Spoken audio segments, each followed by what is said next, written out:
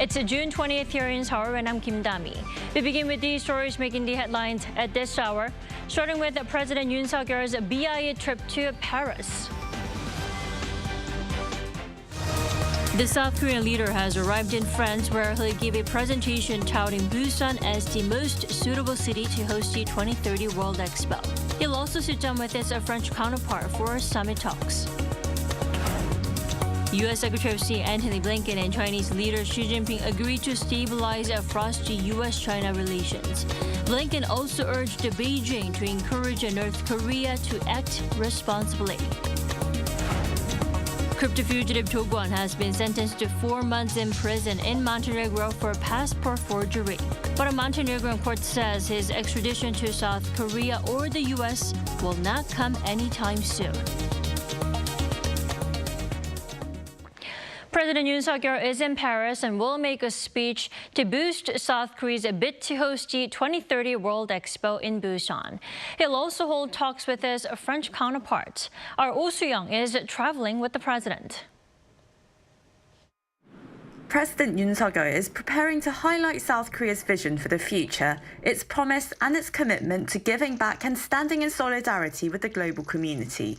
That's according to the presidential office, a day before Yoon delivers a speech in Paris to boost South Korea's bid to host the World Expo 2030 in the port city of Busan. Along with K-pop stars like Psy and Aespa's Karina, the president on Tuesday will take part in a fourth bidding presentation at the General Assembly of the Bureau International des Expositions, the final chance for South Korea to make its case before the member states elect the host country in a secret ballot in November. The port city has focused on transforming our world, navigating towards a better future, with sub-themes being sustainable living with nature, technology for humanity, and a platform for caring and sharing. Busan is competing against Saudi Arabia's Riyadh, Italy's Rome, and Ukraine's Odessa to host the international fair. Touching down in the French capital on Monday, President Yoon first met with Korean nationals in Paris, calling on them to back Busan's bid for the World Expo. Also celebrating 137 years of relations between the two countries, Yoon further emphasized those citizens' role in building value-based cooperation between the two liberal democracies. 오늘날 한국과 프랑스는 자유, 인권, 법치의 보편적 가치를 공유하는 파트너입니다. 앞으로도 양국은 활발한 문화 인적 교류를 바탕으로 첨단 기술 분야와 글로벌 어젠다에서 협력을 강화해 나갈 것입니다. To lay the groundwork for future collaboration, Yoon on Tuesday will also hold a dialogue with innovative minds at a startup campus, Station F. So these universal values are important in dealing with the past, but also the present and for the future, giving the issues and the configuration of the world now, US-China, trade wars, all sorts of crises. There's a need, based on these values, to dialogue further, and that the dialogue could be brought by next generation. President Yoon has said it's time to upgrade the relationship, which became a comprehensive partnership almost 20 years ago, to collaborate more extensively across urgent issue areas. His talks with President Emmanuel Macron on Tuesday at the Elysee Palace will span North Korea, the war in Ukraine, to tech cooperation and economic security. Oh Soo-young, Arirang News, Paris. Accompanying President Yoon Suk-yeol during his speech in Paris are K-pop stars and renowned leaders in academia. According to the president's spokesperson, Do Kwon, K-pop girl group Aespa's Karina will join virtually, along with star soprano and ambassador for Busan's bid to host the 2030 World Expo, Cho Soo-mi. Among the on-site speakers is singer Psy, who has helped spread K-pop and unite global citizens through it. Now, Psy has a special connection with Paris, having performed his hit song Gangnam Style in front of a flash mob crowd in the French capital. The spokesperson added there'll be a few more experts who will speak while not revealing their identities. U.S. Secretary of State Antony Blinken and Chinese leader Xi Jinping met in Beijing during a critical visit to Beijing. No tangible outcome, but both leaders did agree that the world needs stable U.S.-China relations. Our Choi Min-jung reports. Washington and Beijing have both agreed on the need to stabilize their relationship. At a meeting with U.S. Secretary of State Antony Blinken on Monday, Chinese President Xi Jinping underlined the importance of progress being made through the secretary's visit. Face-to-face interaction should always be based on mutual respect and sincerity. I hope that through this visit, Mr. Secretary, you will make more positive contributions to stabilizing China-US relations. Speaking at a press briefing after his meeting with Xi, Blinken said senior-level talks between the two sides must continue. In every meeting, I stress that direct engagement and sustained communication at senior levels is the best way to responsibly manage our differences and ensure that competition does not veer into conflict. And I heard the same from my Chinese counterparts. The secretary also called on Beijing to use its influence to press Pyongyang to put a stop to further provocations in the region. He insisted that China is in a unique position to encourage North Korea to act responsibly. However, it remains to be seen whether the two sides can resolve long-standing issues involving Taiwan, trade, and human rights. Despite the challenge, Blinken stressed that it is the responsibility of both countries to find a path forward, and it is in the interest of the world that they do so.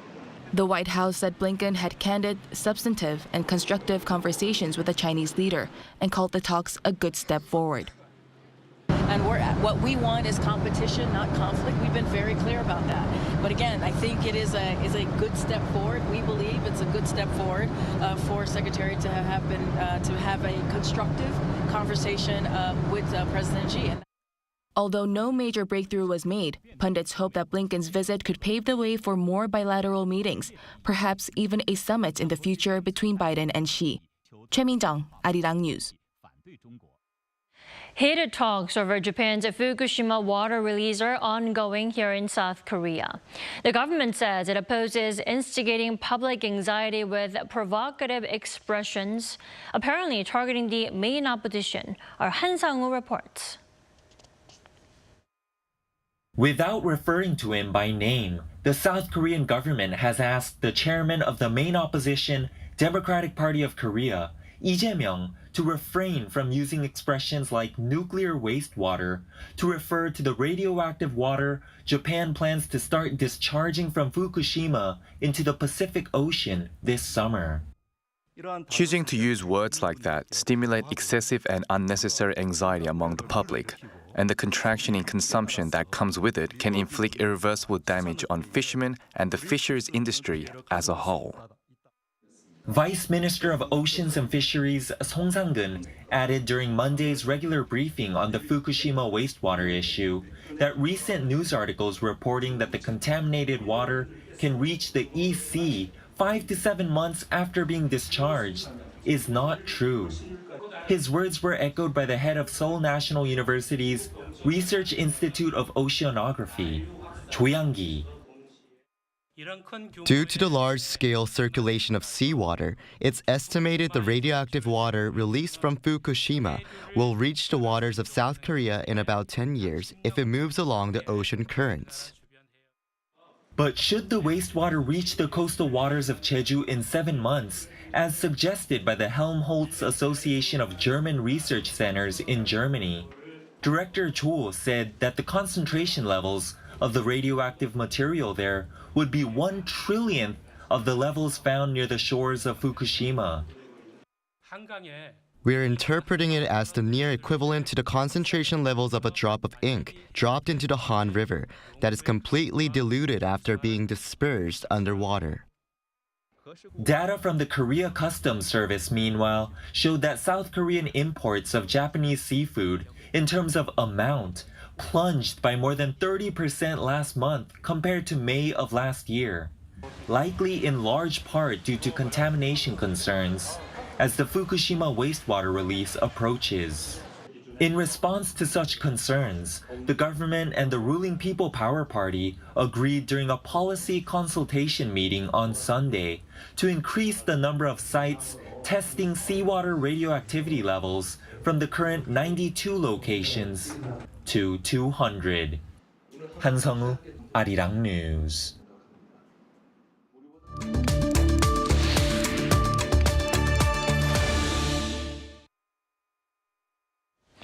A record 110 million people worldwide have been displaced, with wars in Ukraine and Sudan forcing millions to flee their homes in search of safety. This is according to the UN High Commissioner for Refugees. Now, marking World Refugee Day, we're joined by Professor Stephanie Nouwen. Welcome to the program. Hello, thank you very much. It's nice to be here.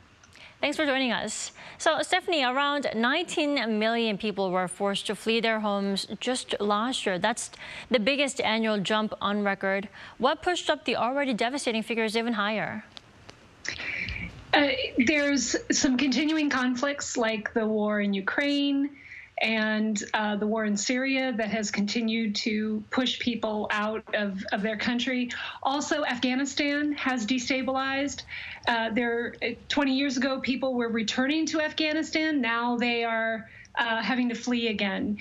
In addition, there's displacements happening in Africa, East Africa and Central Africa, the Democratic Republic of Congo, and areas around there that have seen an uptick in violence. Sudan, things have destabilized in Sudan, and so there's lots of new displacements that have happened, in addition to displacement happening in Venezuela.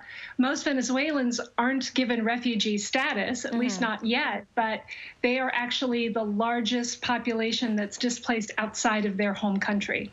Right, but the thing is, it's not just man-made conflicts that are forcing innocent people to flee and search for new homes. Natural disasters, because of climate change, are also making people refugees. What parts of the world are affected? Let's talk about that.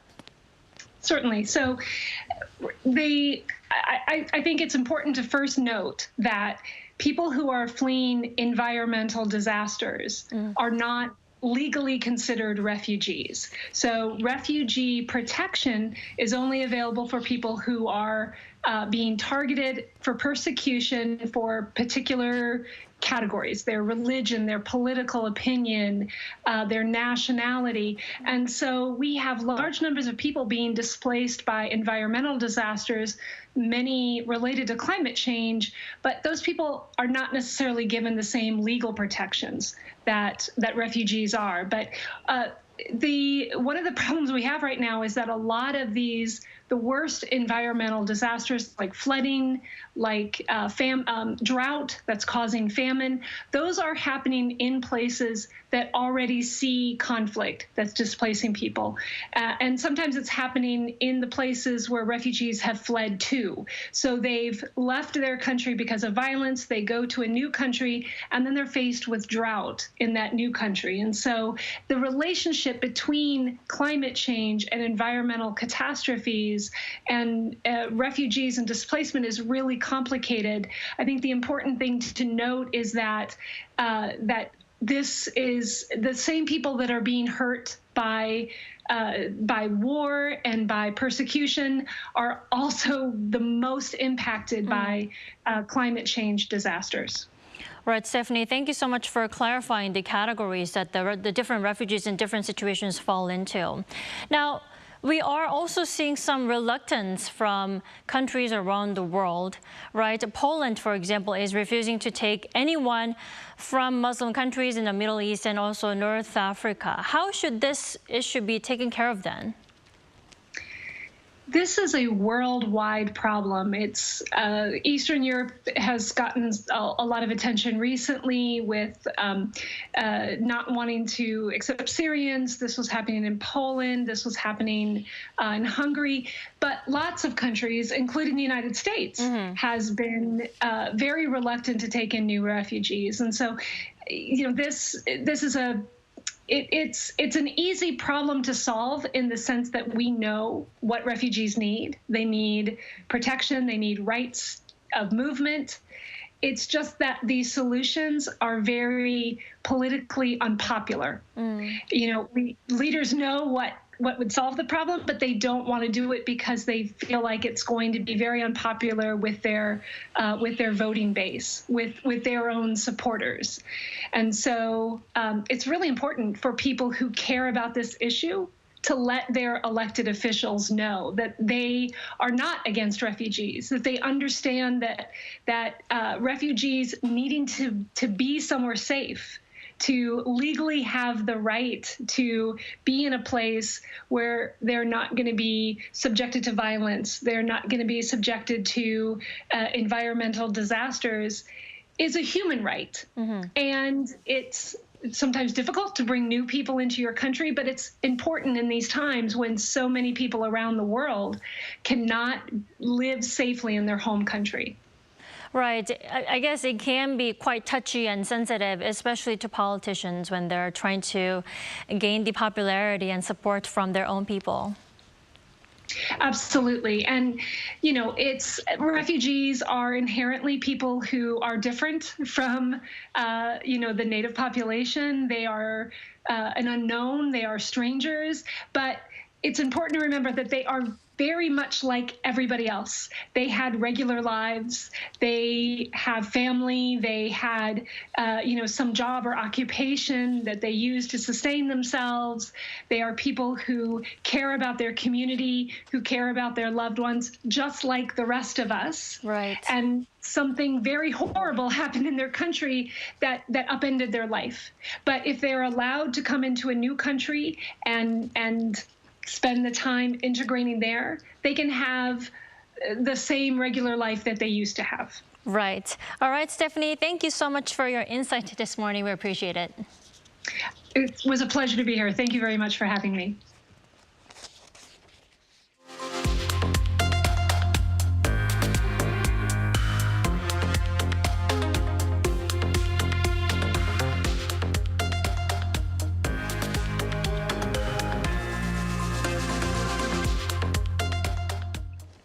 South Korean crypto fugitive Do Kwon has been sentenced to 4 months in prison in Montenegro for passport forgery. A Montenegro court on Monday handed down the sentence to the disgraced co-founder of Terraform Labs and one of his aides. They were arrested as they attempted to travel to Dubai with fake passports. They denied the charges during previous hearings. Earlier this month, the court granted bail to both on the condition that they each pay roughly $430,000. This comes as South Korea and the U.S. are both seeking Do Kwon's extradition. It's still unclear where he'll be extradited once he has completed his sentence. While with K-pop gaining huge popularity across the world, K-pop idols are also evolving, like this girl group Blackswan, with all 4 members having different nationalities, and none of them are South Korean. Our Kim Jung-sil has the story. Meet the next generation K-pop girl group Blackswan. 미유닛, 안녕하세요, 블랙스완입니다. Starting with leader Fatu, who's from Belgium, members Sriya, Envy, and Gabby come from India, the US, and Brazil. Even though none of the members were born in Korea, Blackswan got its training in Korea, and the members sing in Korean just like any other K-pop group. I asked them why they wanted to get into K-pop. At that time when I was 15, I was going through a very hard time mental-wise. But while watching Shiny 선배님들, they gave me back a lot of happiness. And K-pop being that genre, I was like, you know what? If I could be able to do this for someone else who is going through the same thing I went through, that'd be amazing. But it wasn't all a bed of roses on the road to becoming a group, especially the language gap. There is so many ways to say the same thing that it was harder than I was expecting, the Korean, for sure. And training was also hard. Other than like the physical and mental, I just felt it was very lonely sometimes, especially at the beginning because I didn't know much. All their hard work didn't go unnoticed as after Blackswan released its much-anticipated single, Karma, it hit 4.5 million views on YouTube in 1 month.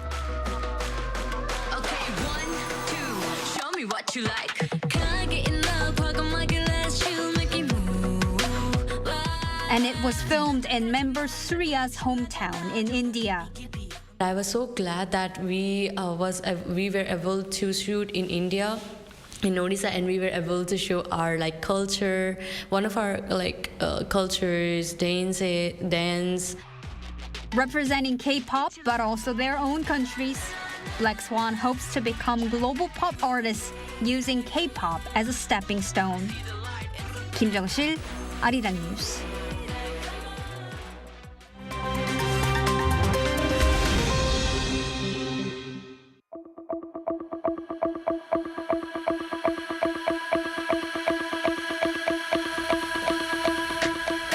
Good morning, I'm Matthew Ashley, and we now turn over to stories from around the world. We begin in the North Atlantic Ocean, where a major search and rescue operation is underway for a missing submersible that was taking tourists to the wreckage of the Titanic. Now, the U.S. Coast Guard said on Monday that contact was lost with the submersible 1 hour and 45 minutes into its dive the previous day. 5 people are on board the vessel, which reportedly carries enough oxygen in reserve to last up to 96 hours. Rescuers say that operations are challenging due to the remote search area.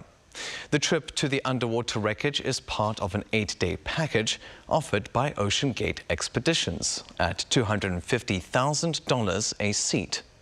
The Titanic sank 600 kilometers off the coast of Newfoundland after colliding with an iceberg in 1912 and lies 3,800 meters below the ocean's surface.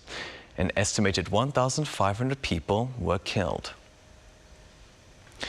Turning over now to the West Bank, at least 5 Palestinians have been killed and over 90 wounded amid fighting with Israeli military in the occupied West Bank. Over 20 of the wounded are in serious condition. Local media outlets report that the hours-long clash at the Jenin refugee camp on Monday came after Israeli soldiers entered the camp to arrest 2 suspects. The Israeli military said its forces were attacked during this raid and several Israeli soldiers were injured. Israeli military helicopter gunships were also used in the clash. It's the first time in decades that combat helicopters were used in the West Bank.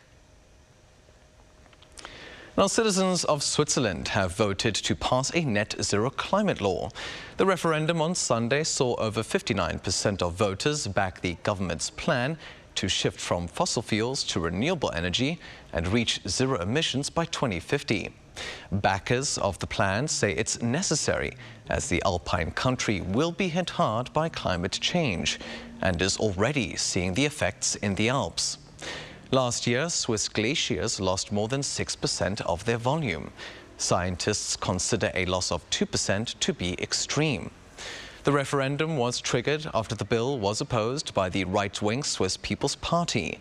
It argued that the bill would increase electricity prices as the country relies heavily on imported fossil fuels.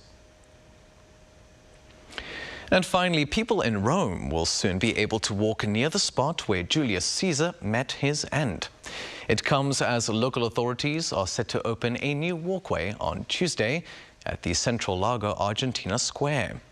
According to historical accounts, the Roman dictator was stabbed to death there in 44 BC as part of a plot by a group of senators, including his friend Brutus. The ancient site also hosts 4 temples below the city's modern street level, all of which were only viewable from behind barriers. But that's set to change with the new ground-level walkway at the site that was discovered and excavated in the 1920s.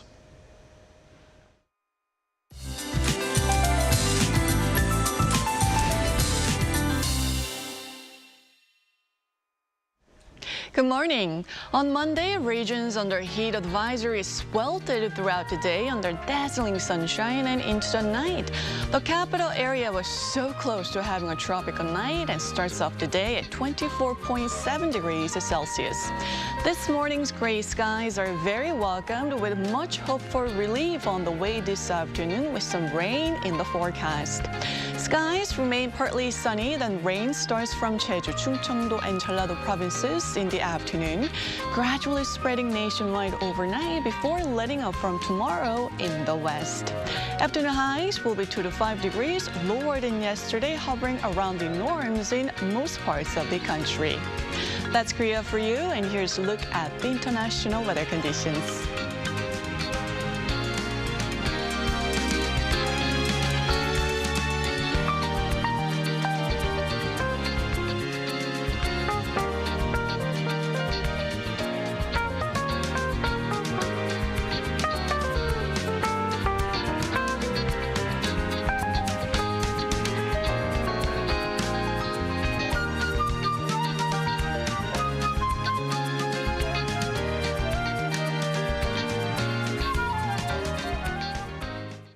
That is all we have for this Tuesday morning. Thank you for watching our New Day at Arirang.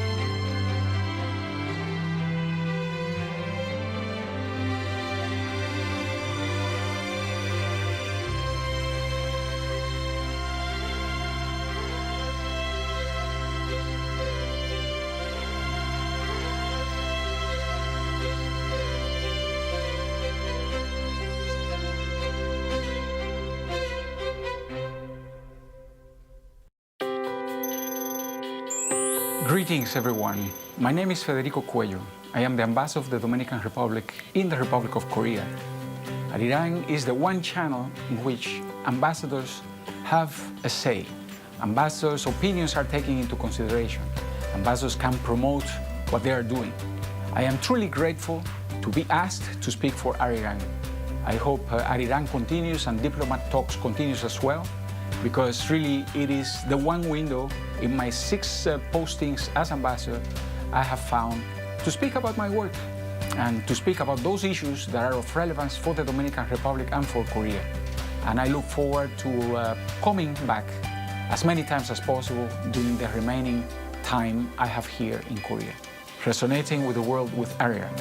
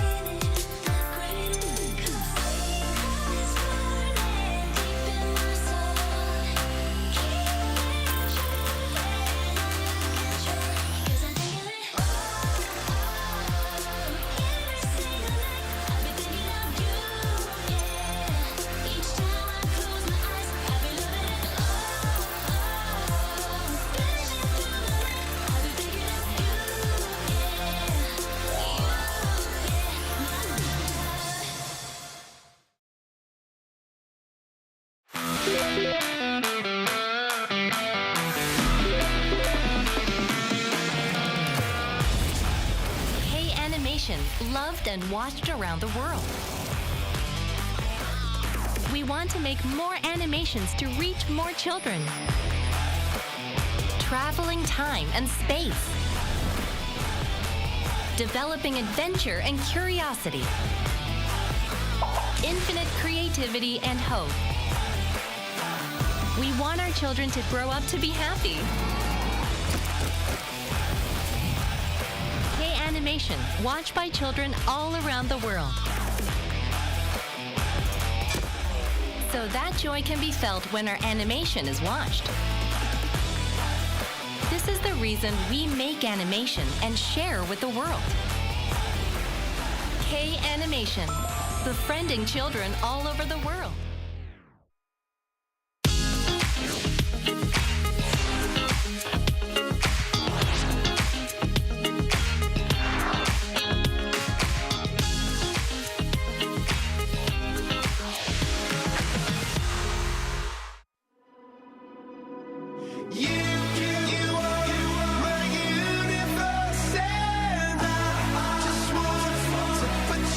We're here to make a new type of news. New insights, new styles, and new topics every day.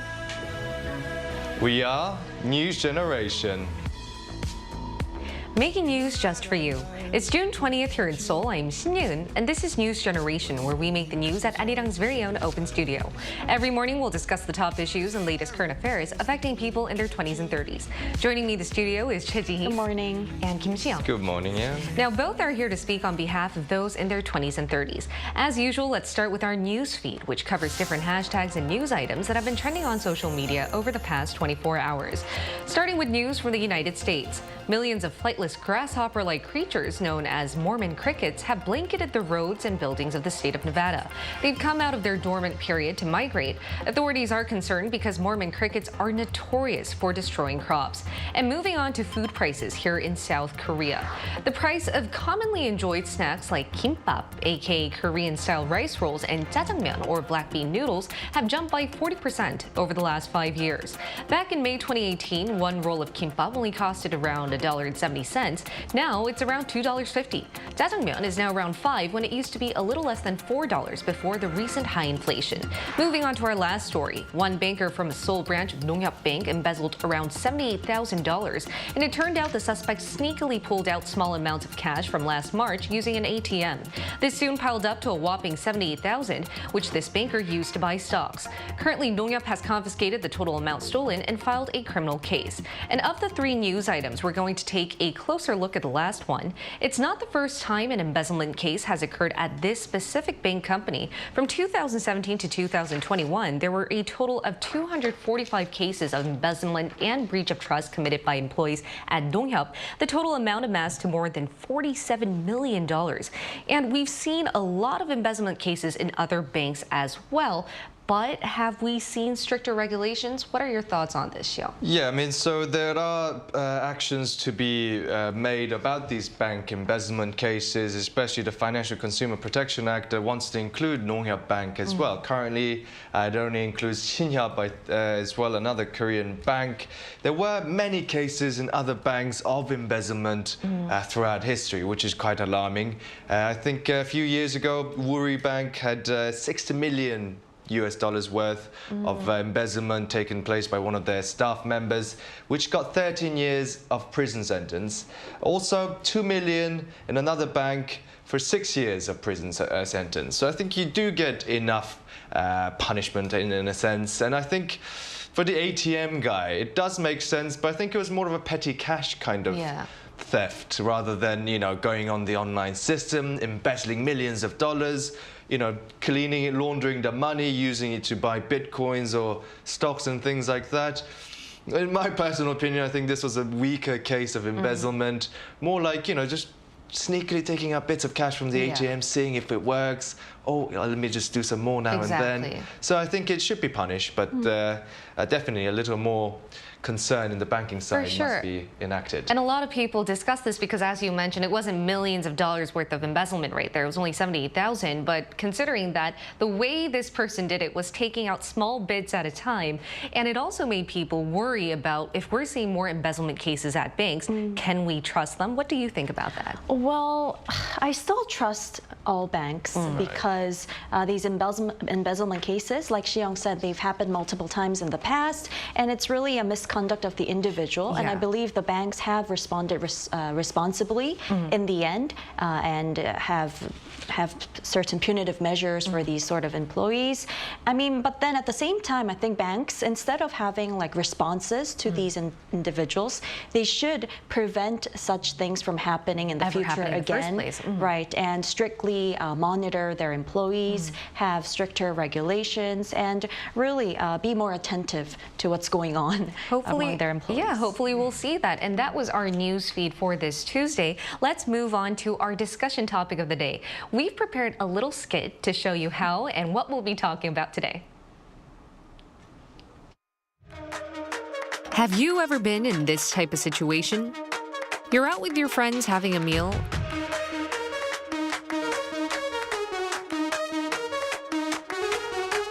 And once the check comes out...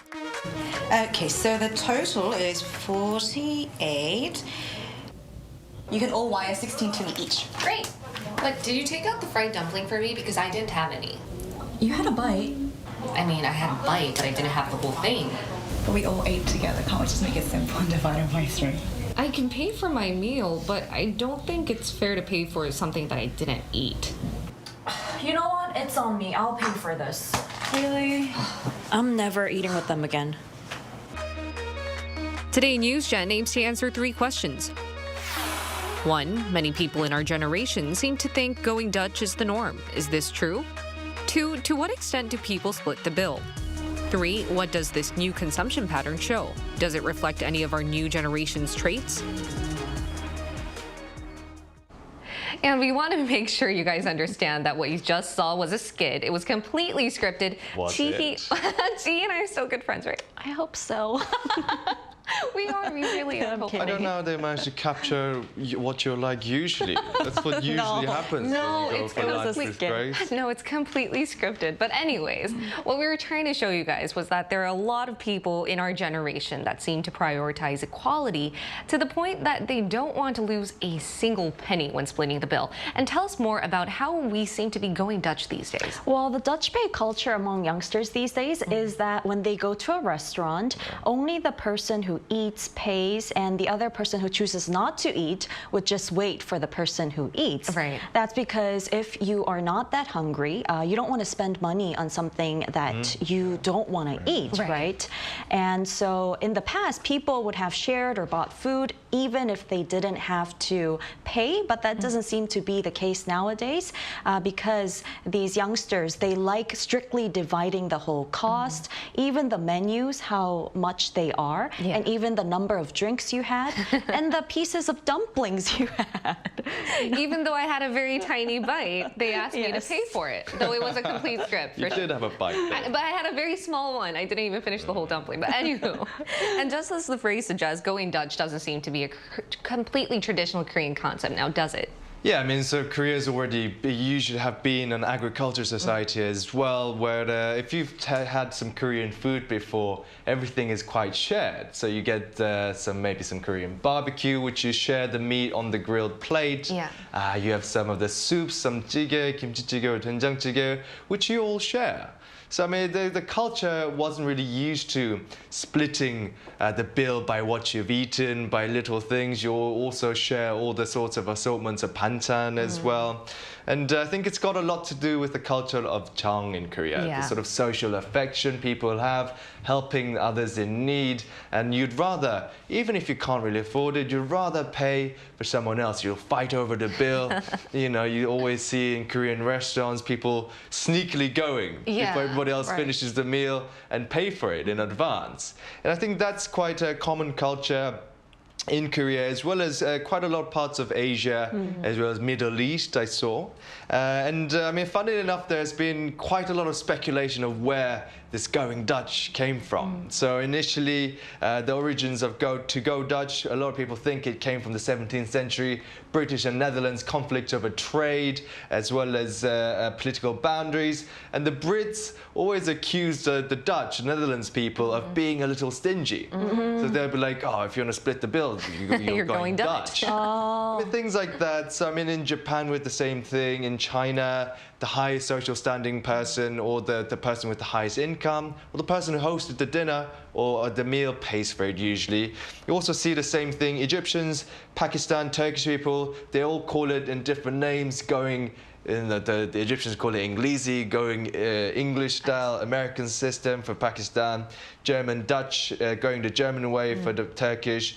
Philippines, you also have the same thing, KKP, Indonesia, BSS as well. So everybody knows there's a concept of this, but it kind of feels like it's more of a Western concept. Yeah. I don't know if you've spent some time in Europe and stuff, but it's really common for everybody to even count up the drinks you've had. And in my case, count up how many parts of the dumpling you Little had. piece of how many shares of the dumplings you've had. For sure. And undoubtedly, I do think it has become a popular way for paying for things like splitting the bill, especially for our generation. Maybe not for our parents' generation per se, because they thought paying for everything would be 정 있어, like having some 정, and you know, it would reflect their collectivist culture for sure. But what do you think are some pros and cons behind this new concept of going Dutch in our generation? Well, first of all, you don't pay extra for when someone else orders expensive dishes. Yeah, for sure. And also, you don't need to feel guilty and order less food because someone else has to pay for all the meal.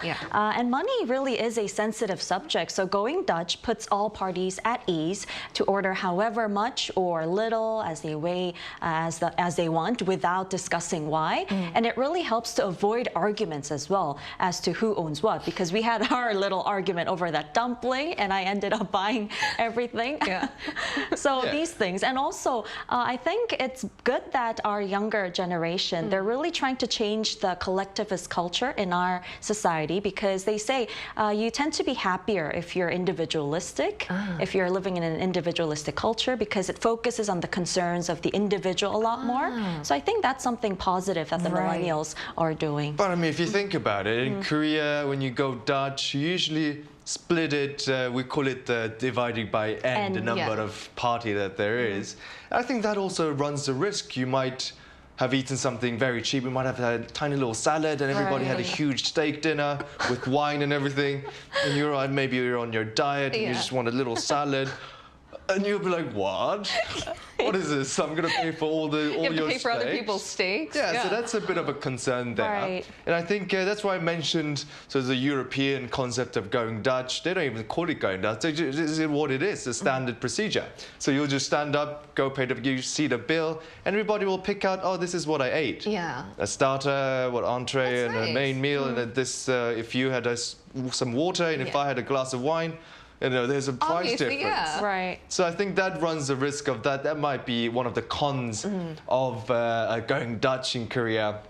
As well as it might seem a little too calculative or a little bit too cold. As you mentioned as well, there's a culture of Chang in Korea where everybody wants to, you know, sort of show their affection, even if they don't mean it. A lot of the times they'll be like, oh, no. Oh, if you are sort of junior to me, or if you're a colleague at work you've never seen for a while, they'll always want to pay for you. Right. It's like etiquette. Yeah, and they believe what goes around comes around. Yeah, exactly. too. There's a give and take culture there for sure. So those are the pros and cons behind this new going Dutch culture, especially found amongst our generation. But before we continue our talks, why don't we hear what our global viewers had to say on today's discussion topic? We asked them whether going Dutch is the norm in their country and what they think are the pros and cons behind this. Take a look at the screen to find out. Leon Tio93 said, yes, I've heard of this term going Dutch, and I think it's a trend among the MZ generation to do this. I don't think it's appropriate if your senior foots the bill and you suggest going Dutch. It all depends on basic manners and common sense. Tearsbell4740 said, I do this with my friends all the time. However, it's different when going on a date. I don't mind paying for things in full, especially the first one, but if the other person offers to split the meal, I would definitely not mind. And Shay Luna Midnight said going Dutch is more applicable in group settings with coworkers, friends, family, acquaintances, but if we're a couple, more information is needed. You know, that's a very interesting aspect. That's a very interesting aspect for sure. It really, you know, it comes down to dating scenarios too. A lot of the times as well. Exactly. I think that's another topic worth mentioning later. But why don't we compare one more country by hearing from an actual Dutch person? We'll include this millennial in our talks right after this.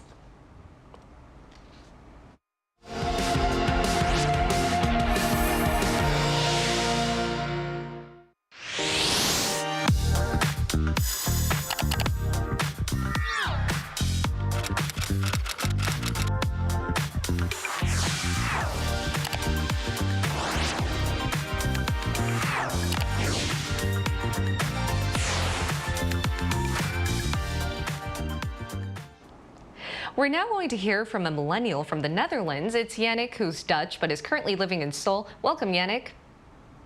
Hello, nice to see you guys. Good morning, Yannick. Morning. Yannick, you've lived in both the Netherlands and South Korea, and what would you say is the biggest difference when people hear go Dutch versus in the Netherlands? Like as what you guys said before, in the Netherlands it's literally just a standard producer. In Korea it's not so standard, so you kind of have to check with your friends first, or you can sometimes feel on what kind of friendship you are or with what kind of situation it is, and then you ask to split the bill, or you just offer to pay the bill actually here like completely by yourself. In Korea that's quite normal. In the Netherlands it's quite special if you want to offer somebody to pay for everything. It only happens in like with a boyfriend and like as a couple, like yeah.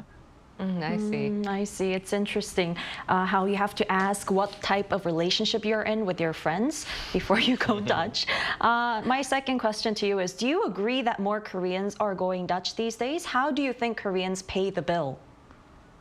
So I've been here for like over 6 years right now, and I definitely feel it's changing a little bit, because in the beginning when I came here, I felt like almost everybody always was always just one person paying. But then slowly now for me, my friends, it's quite normal actually to just split the bill, especially if you go with a group of like 5 or more people. It's quite hard if you want to pay for everything all the time. So it's a lot of pressure sometimes for people. So I feel like it's more like socially accepted now to just split the bill, or just ask in advance when you're paying, oh, how shall I pay first, and then we just share it on the with the bank transfer, or like you kind of agree with this first. Yeah, I mean, I think that makes it easier nowadays with the online bank accessibility.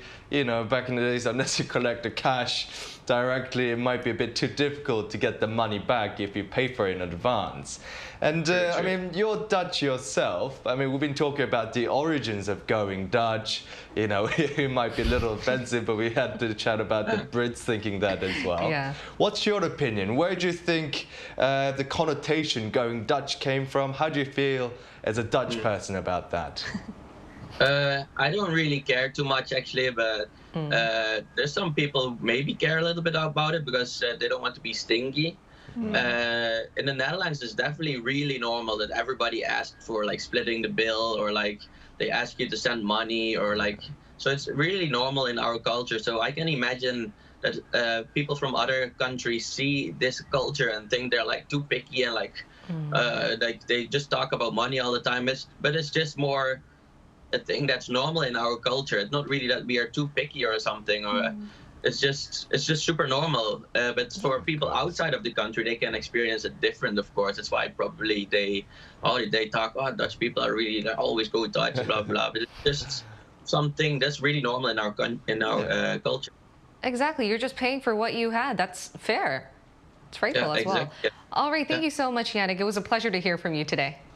Okay, thank you for Yannick. inviting Have a good day. Thank you. All right, and before we end off, I have a very fun OX game. We haven't done it in a while. Yeah, Exciting. I know, we're gonna do an OX game to find out when it's appropriate to go Dutch. And I'm gonna give you guys 2 scenarios in total, so if you guys could take out your OX handles. Now, the first scenario is, let's say you're having lunch with a friend who is the same age as you are, but he or she doesn't have a job yet, meaning they're not earning any money. Is he or she a millionaire already? Let's say she's not a millionaire. Okay, would you go Dutch? No. No. Both of you are saying no. Okay, why?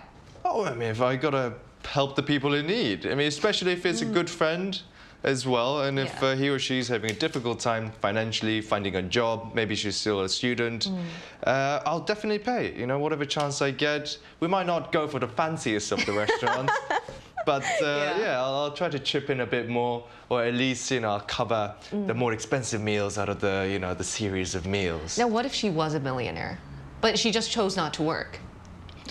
Then well, what's the obvious answer? You would. Yeah, I'll call him and be like, yo, we're going for a 3 Michelin star restaurant. I'll book. You just come and pay.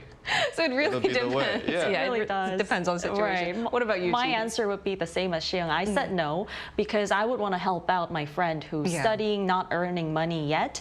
But I don't think I will be having meals with the friend too often. First of all, she's studying or he is studying, and I can't really be paying for all the meals that we have, and we meet every day to have a meal. Yeah, that could be a little difficult. I think this comes down to a lot of Koreans having the so-called chong concept, as you guys mentioned. Whether you're not earning any money or if you're like a junior or younger colleague at work, I do think we have that sense of social responsibility to pay or pick up the tab. Now, my next question is, I changed it up actually after our interview question. Okay. What about, let's say you're on a date. Okay. It's like your third date. It's not your first date. It's your third date, and you don't really know where you're going with this person. Would you split the bill?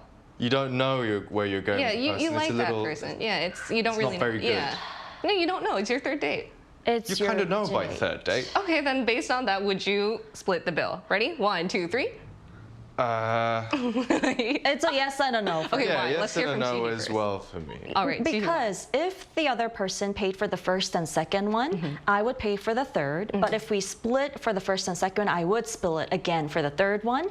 But usually it's like the other person would pay for the meal and I would pay for the dessert or the coffee. So that's why it's a yes or no. So you wouldn't split the bill, but you would split the meals. Like, for instance, if he pays for the first one, you get the second round. I see. What about you, Xiao? I mean, I think if it's going well, then I'll try to pick up the tab through and through, possibly, if I can afford it. Yeah.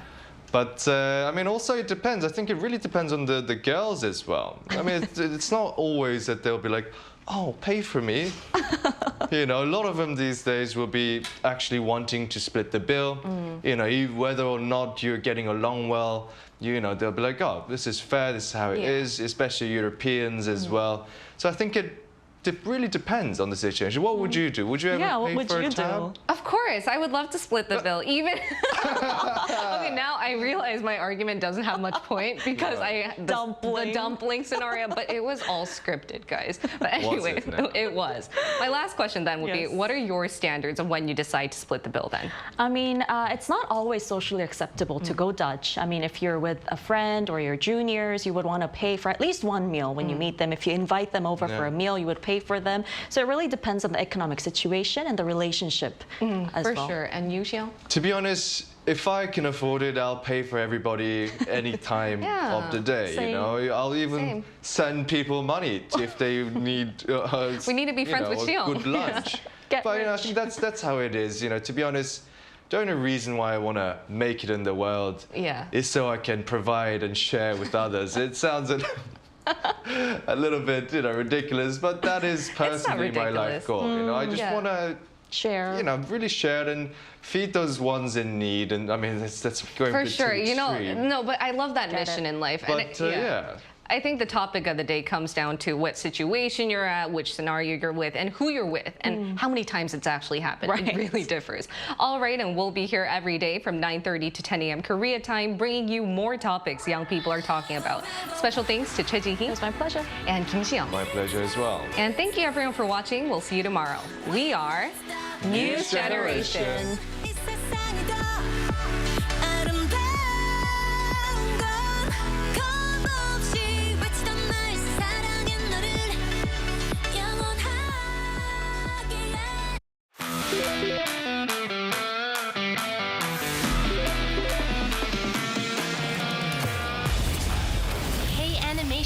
Loved and watched around the world. We want to make more animations to reach more children. Traveling time and space.